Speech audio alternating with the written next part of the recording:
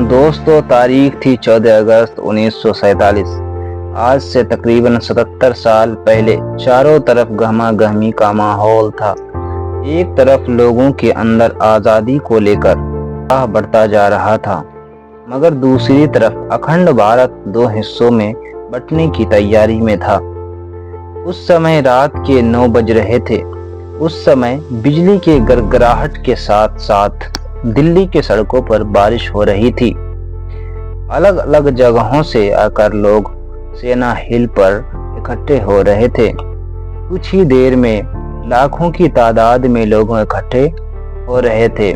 रात के करीब 10 बजे जवाहरलाल नेहरू, सरदार वल्लभ भाई पटेल, राजेंद्र प्रसाद माउंटबेटन वायसराय पहुंचे थे।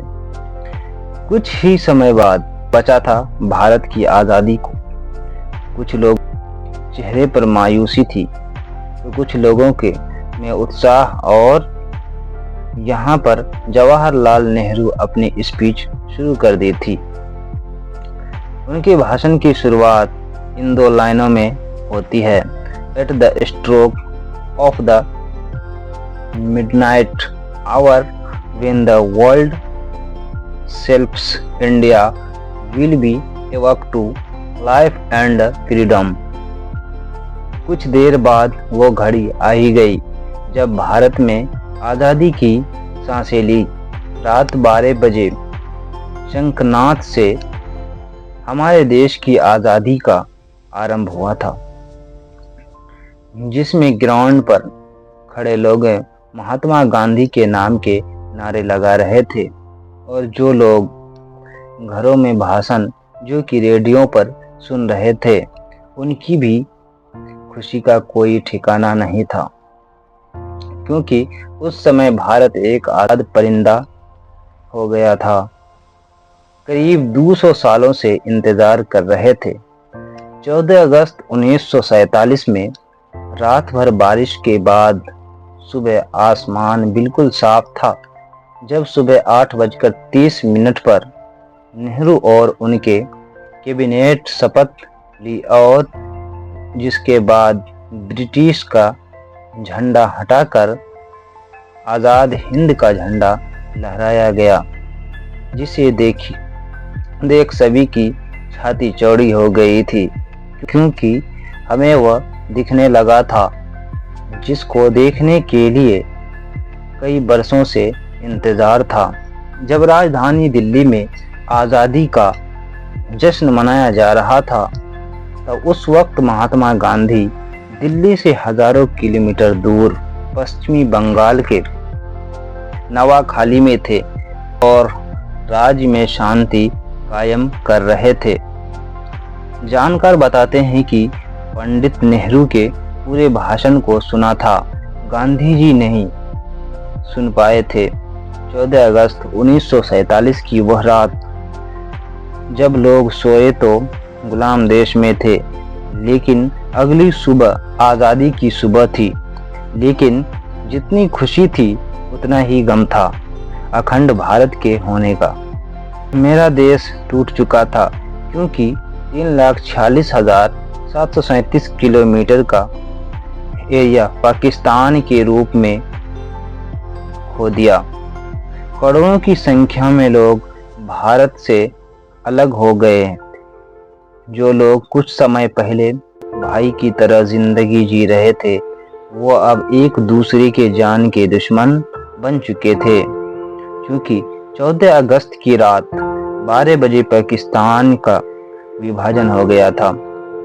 भारत दो हिस्सों में बट गया, जिसमें एक हिस्सा पाकिस्तान, दूसरा हिस्सा हिंदुस्तान के नाम हो गया था, जिस वजह से कई दंगे हुए। जो लोग पाकिस्तान में सुरक्षित महसूस कर रहे थे वो चला गया, और जो भारत में सुरक्षित समझते थे भारत में रह गए। कहा जाता है कि करोड़ों लोगों पलायन का मजबूर हो गए थे। वो दंगे में हजारों लोगों मौत के घाट उतर गए थे। उस समय दुनिया का सबसे बड़ा विस्थापन था और थे। सारा खेल अंग्रेजों हुकूमत का ही था, जिसके डिवाइड एंड रूल का खेल पहले से ही खेल रखा था, जहां पर उन्होंने हिंदू और मुस्लिम के बीच नफरत की बीज बो दिया था। वरना आज़ादी के पहले हम सब भाइयों की तरह साथ साथ रहते थे और जिंदगी जी रहे थे। वह तो अंग्रेज ही था जिसने जाति के आधार पर हमारा व्यक्तित्व याद दिलाया, जिसके बाद हम आपस में लड़ने लगे। और दोस्तों, हिंदुस्तान पाकिस्तान विभाजन का सबसे बड़ी वजह ये भी थी कि मोहम्मद अली जिन्ना देश के पहले प्रधानमंत्री बनना चाहते थे, लेकिन पंडित जवाहरलाल नेहरू को प्रधानमंत्री बनाने का वादा महात्मा गांधी पहले ही कर चुके थे, जिसकी वजह से मोहम्मद अली जिन्ना अलग अपना देश मांग लिया। उसी वजह से सारा फसाद शुरू हो गया था, जो 15 अगस्त सन 1947 ईस्वी में खत्म हुआ। दोस्तों, भारत को आज़ाद करने की बात बहुत पहले से ही चल रही थी। इसी वजह से ब्रिटिश में माउंटबेटन को भारत का आखिरी वायसराय बनाया था, ताकि इसके बाद भारत को आज़ाद देश घोषित कर दिया जाए। लेकिन भारत के हिंदू मुस्लिम आपस में ही लड़ने में थे और यही हुकूमत चाहता था, क्योंकि ये लड़ाई की चिंगारी उन्होंने ही लगाई थी, जो आग बनकर आज भी हमारे सीने में जल रही है। लेकिन इससे बड़ी बात यह है कि यही ब्रिटिश हुकूमत चाहता था, क्योंकि ये लड़ाई की चिंगारी उन्होंने ही लगाई थी, जो आग बनकर आज भी हमारे सीने को जला रही है। लेकिन इससे बड़ी बात यह है कि ब्रिटिश शासन के कारनामे से हमारी आंखें आज भी भर आती है। YouTube पर देख रहे हैं तो सब्सक्राइब करें और फेसबुक पेज पर देख रहे हैं तो फॉलो करें।